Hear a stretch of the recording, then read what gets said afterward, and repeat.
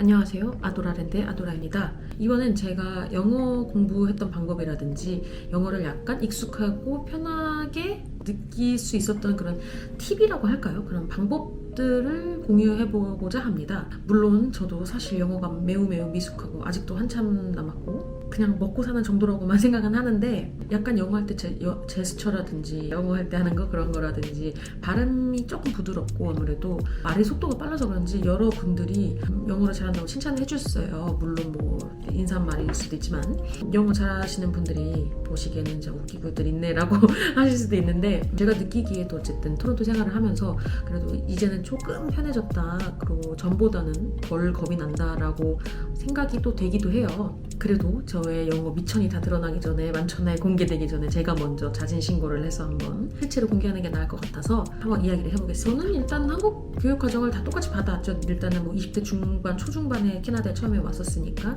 어릴 때부터 영어를 좋아하긴 했어요. 부모님이 아기 때부터 영어로 된 원어 노래 테이프라든지 이야기 테이프 같은 걸 계속 들려주셨다고 해요. 3살 돼서 기억은 안 나지만 또래에 비해서 빨리 접한 것 같기도 하고 영어를 좋아하긴 했어요 되게. 근데 영어 성적은 저를 안 좋아했죠. 그리고 저도 공부는 싫어했어요. 영어만 좋아하고 학교에 있는 원어민 영어 선생님들하고 방과후 활동 이런 것도 많이 하고 그랬어갖고 뭐 문법 같은 건 모르고 그냥 좋아만 해서 같이 어울리고 막 단어 하나하나 말하고 이런 것만 좋아했었는데 또 시험 성적은 또 잘 나왔어요. 왜냐면은 나름 어릴 때는 항상 상위권의 성적을 갖고 있었기 때문에 시험용으로 벼락치기를 이제 맨날 한 거죠. 그 시험 딱 중간고사, 기말고사 용으로만 열심히 하고 다음날이면 이제 다 까먹는 거예요.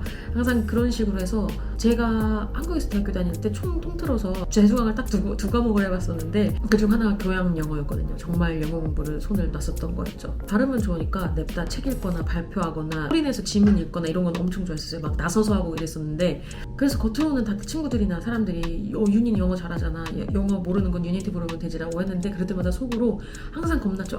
얘들아 그거 아닌데 나한테 물어보면 안 되는데 나 모르는데 이랬는데 어찌저찌 넘어가다가 이제 한국에서 대학생이다 하면은 토익 준비를 해야 되잖아요. 이제 취업을 준비를 해야 되니까 그때 저도 다들 간다는 그런 강남의 유명한 토익 학원들 해커들 이런 학원에 가서 쪽집게반 이런 강좌도 다 들었었거든요. 초급반부터 들었었는데 많은 분들이 토익으로는 영어 실력 늘리기가 어렵다고들 하잖아요. 근데 저는 이상하게 이 토익이 제 영어 공부 과정에서 큰 터닝 포인트였던 것 같아요. 기본 문법부터 가르쳐 주는데 이게 시험 고득점용으로 찍어주기라고도 볼 수도 있는데 저는 그럴 때 그것도 답을 물론 이제 공부도 하지만 그 다음에 왜 이런 답이 나왔는지를 다시 공부하는 시간을 갖잖아요. 우리가 스터디를 한다든지 그때 많이 도움이 됐었고 토익에서 뒤에 지문 파트 7 가면은 긴 지문이 나오잖아요. 그때 독해 실력이 많이 늘었던 것 같아요. 물론 토익도 얼마나 영어를 안 했는데 그때도 시험 성적 잘 나오려고 오래 열심히 공부했었고 어쨌든 영어를 워낙 안 하고 제로에서 다시 실력을 확실히 늘었다고 느꼈던 게 저는 첫 번째 포인트가 토익이라고 생각을 합니다. 토익만으로는 당연히 캐나다 가서 힘들 거다 생각을 해서 회화라도 어떻게 좀 준비를 해야 되지 않을까 싶었는데 회화 학원 비싸고 시간도 짧은데 비싸고 부담되잖아요. 그때 스터디가 유행이었어요. 스터디 모임 같은 거 강남이라든지 뭐 홍대 이런 데서 약간 소수 모임? 별로 인기 없는 사람들이 잘 안 들어본 이런 데를 가서서 대학교 수업 끝나고 가서 저녁 때 공부를 하고 밤에 오고 일주일에 2-3번 갔던 것 같은데 그런 식으로 반복을 했었고 스터디에서 같이 미드 보면서 미드라든지 이제 유인물 자료 주고 빈칸 채우기 이런 거 많이 하고 실생활에 유용한 표현들 이런 거를 많이 공부를 했었는데 저는 미드를 혼자 보면서 독학하는 스타일이 아니었거든요. 다들 취향이 다르시겠지만 저는 그렇게 앉아갖고 혼자 그런 집중적으로 하는 그런 집중력이 좀 부족해서 한 에피소드 같은 거 오래 못 보고 심지어 공부를 하려면 여러 번 들어야 되잖아요. 근데 그게 참 안 맞았는데 그 스터디 가면은 어쨌든 단체로 하니까 같이 뭐 의견 공유되고 질문도 하고 이러면서 많이 늘었던 것 같고요. 저 같은 경우는 리스닝이 모르는데 계속 들어서 반복하는 게 안 맞더라고요. 너무 피곤하고 스트레스 받고 막 속상하고 몇 번 들어보고 안 되겠다 싶으면 빨리 차라리 답을 보고 그걸 얼른 익힌 다음에 그걸 다시 연습하는 이런 방향으로 항상 했었던 것 같아요. 어떤 강사분이 저한테 얘기했던 게 리스닝이 처음에는 그 느는 게 확실하게 보이는데 어느 순간 정체기가 엄청 길다고 해요. 슬럼프가 이제 긴 거죠. 그걸 저도 많이 느꼈어요.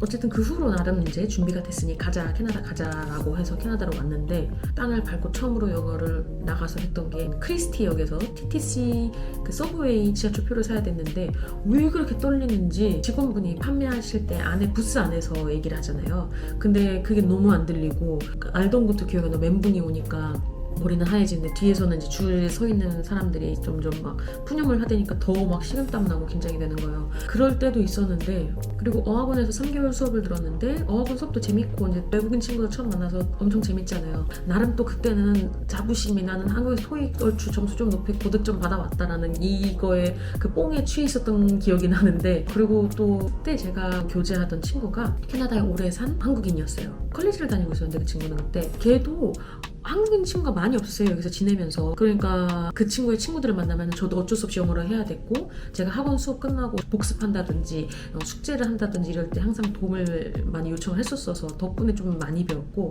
그리고 그 외에는 생활하면서 귀동량을 저는 많이 듣고 그거를 다시 외우고, 아, 저 사람 이럴 때 이런 말 썼네, 그거를 다시 들으려고 노력해서 내가 혼자 있을 때, 내가 그 상황에 있을 때 다시 써보는, 연습해보는 그런 방법을 많이 썼던 것 같아요. 그 다음 제 영어 터닝 포인트라고 생각하는 거는 토플인데, 북미에서 유니버시티나 컬리지 들어갈 때 들어가는 IELTS 시험이라든지 토플이 있는데, 저는 토플 공부를 했었거든요. 너무너무 어려웠어서 토익은 뭐 애교였고, 일상 영어, 비즈니스 영어 맛보기 이렇게만 하다가 아카데믹한 그런 진짜 찐 영어를 시작을 하려니까 뭐 어느 하나 잘 되는 게 있었어요. 말하기, 듣기, 쓰기, 읽기 모든 게 다 어렵고, 토플도 어떻게 해서 컬리지 들어가고 시험 합격해서 들어갔는데 이제 얼추 됐겠지 했죠. 토플까지 했으면은 된 거 아닌가 했는데 수업을 들어가니까 또 장난이 아니더라고요. 토플은 내가 공부하는 동안 기다려주기라도 하지, 학교 수업은 아무도 날 기다려주지 않잖아요. 수업이며 과제며 그 본토 캐네디언들과 같이 해야 되는데 정말 미치는 줄 알았습니다. 그때는 제가 또 전공을 마케팅을 했었어갖고 글로 영어가 들어가는 과제, 조별 과제, 그런 과제들이 많았는데 컬리지에서 제가 살아남을 수 있었던 이유가 그때 친해진 중국인 그부들 덕분이었어요. 그 친구들은 캐나다에 일찍 와서, 어릴 때 와서 저랑 나이가 다 비슷했는데, 게다가 그 친구들이 한국 드라마, 뭐 화장 이런 거에 관심이, 문화에 관심이 많았었어갖고 타이밍이 잘 맞아서 친해지기가 쉬웠어요. 걔네들이 쓰는 표현을 응용하기도 하고 대화를 많이 하고 바로바로 물어볼 수 있고 이랬어서 그때 또 확 늘었다고 느꼈죠. 덕분에 컬리지도 잘 마무리할 수 있었고, 나중에 졸업할 때쯤에는 반에서 1등도 많이 하고 그랬었죠. 그때 컬리지 다니면서 제가 했던 알바가 또 크리스티에 있는 자파스라는 곳인데, 아시는 분들은 또 아실 수도 있어요. 제 주변 지인분들은 제가 하도 자파스 노래를 하고 데려가기도 많이 데려가고 했었어갖고 아실 거예요. 거기서 알바를 하는데 우연히 또 거기 주인분들이 비한국인이고 직원들도 저 빼고 다 비한국인이었어요. 그 덕분에 학교에서는 중국인 친구들이랑 매일 계속 영어를 하고, 학교하고 나서 출근해서 퇴근할 때까지 새벽까지는 계속 또 가게에서 영어를 쓰니까 한국어로 쓸 일이 일상 중에는 거의 없는 거지. 그때 또 확 늘었던 것 같아요. 그 자파스 알바하면서 한참 제스처도 많이 배우고, 배운 게 아니고 그냥 보다 보니까 자동으로 따라하게 되는 거죠. 자신감도 많이 늘고 그런 부분들이 많이 부드러워졌던 것 같아요. 한국어를 할 수 있는 사람이 둘이 있으면 영어 하기 되게 민망하잖아요. 안 나오고 하다가 말게 되고, 강제로 그런 환경에, 영어만 해야 되는 환경에 들어가게 되면 어쩔 수 없이 하게 되는 것 같습니다. 저도 그래서 늘었던 것 같아요. 우리 주변 환경이 영어를 더 자주 쓸 수 있고 영어를 메이저하게 쓸 수 있게 된다면 느는데 도움이 되지 않을까 싶습니다. 지금 생각나는데 중간에 영어 학원 알바도 했었어요. 한국에서 캐나다 오기 전에 이제 애기들 가르치는 거, 초등학생부터 중학생까지 가르쳤었는데, 그때 느낀 게 내가 기초가 됐다고 생각하지만 아직도 모르는 게 영어구나 싶더라고요. 애기들 파닉스라고 하죠. 그런 발음 공부하는 그 책부터 예습을 하고 저도 봤죠. 그때 발음도 한 번씩 더 늘었다고 생각하고, 제가 느끼기에 지금 저의 현재 상태는 아무래도 캐나다에서 비한국인들 사이에서 5년 정도 일을 해왔으니까 영어 실력이 늘긴 늘었는데 약간 어휘가 계속 돌려막기가 아닌가 싶어요. 다양한 어휘를 공부를 해야 될 것 같기도 하고, 아직도 사실 가끔 못 알아듣는데 알아듣는 척 웃는 경우도 많고요. 그러면 그 친구들도 알아요. 못 알아들었지? 다시 일이 물어보더라고요. 그래서 그냥 아는 척했다고 이제 저도 그러죠. 좀 뻔뻔하게 배워야 되는 것도 있는 것 같고, 내가 모른다는 거를 자존심이 상하지만 배워야지. 우리가 문화도 다르고 언어도 다른 타지에서 살아야 되니까 어느 정도 내려놓고 뻔뻔하게 배워야 되지 않나 싶습니다. 리스닝이 아직도 사실 많이 부족하다고 생각을 합니다. 약간 제가 그 마블 히어로 무비 되게 좋아하는데, 거기 마스크 쓴 사람들 많이 나오잖아요. 그리고 음성 변조하는 그런 악당들 많이 나오고, 그 사람들이 말하는 게 정말 피곤하더라고요. 알아듣기가. 어느 순간 또 듣다 보면 생각 없이 보다 보면은 알아듣는 때도 있고, 알아듣지 뭐라고 한 거지라고 느껴지는 경우도 있고, 영어 자기 개발은 그런 부분이 좀 필요하지 않나 싶습니다. 우리 콩글리시 많이 쓰잖아요. 이것도 제가 한 번 일화가 바질 먹는 그 채소 바질 있죠? 직장 동료들이랑 밥을 먹다가 베지터블 뭐 좋아하냐 이런 얘기하다가 제가 바질 좋아한다고 왜 I like basil 했어요. 근데 또 바질을 또 나는 영어를 한답시고 바질 막 이렇게 얘기했는데 못 알아듣는 거예요. 다들. 그래서 바질을 모르는 건가? 막 한국인들만 먹나? 그럴 일은 없잖아요. 그래서 바질 했는데 알고 보니까 앞에 있던 친구가 베이슬 이러는 거예요. 그래서 어머 되게 민망했는데 나 한국에서 맨날 바질이라 그랬다고 또 뻔뻔히 나갔죠. 베이지라고 하는구나 막 이러면서 아직도 갈 길이 멀구나. 오래 있다고 다 되는 것도 아니고 짧게 있는 분들도 본인이 센스가 있다거나 그 공부 방법에 따라서도 훨씬 잘할 수 있다고 생각을 해요. 그런 분들도 꽤 많이 본 것 같고 대단한 것 같습니다. 이렇게 저의 영어 공부 방법, 제가 해온 방법들, 제가 거쳐왔던 부분들을 한번 짚어봤어요. 이게 도움이 될런지는 모르겠는데 어쨌든 다시 한번 말씀드리는 거는 저 같은 경우는 주변에 한국인들이 적었고 이 생활 영어를 자꾸 듣고 다시 내 걸로 만들어서 응용하는 거를 좀 뻔뻔하게 했던 거, 그걸 마음 비우려고 많이 노력을 했습니다. 영어에 자신감을 갖기는 힘들지만 내가 배운다는 거에 대한 자부심과 자신감을 가지시는 게 또 도움이 되지 않을까 싶습니다. 재밌게 봐주셨길 바라고요. 도움이 됐으면 좋겠습니다. 다음에는 또 다른 주제로 얘기를 해보도록 할게요. 시청 감사하고 구독, 좋아요 눌러주세요.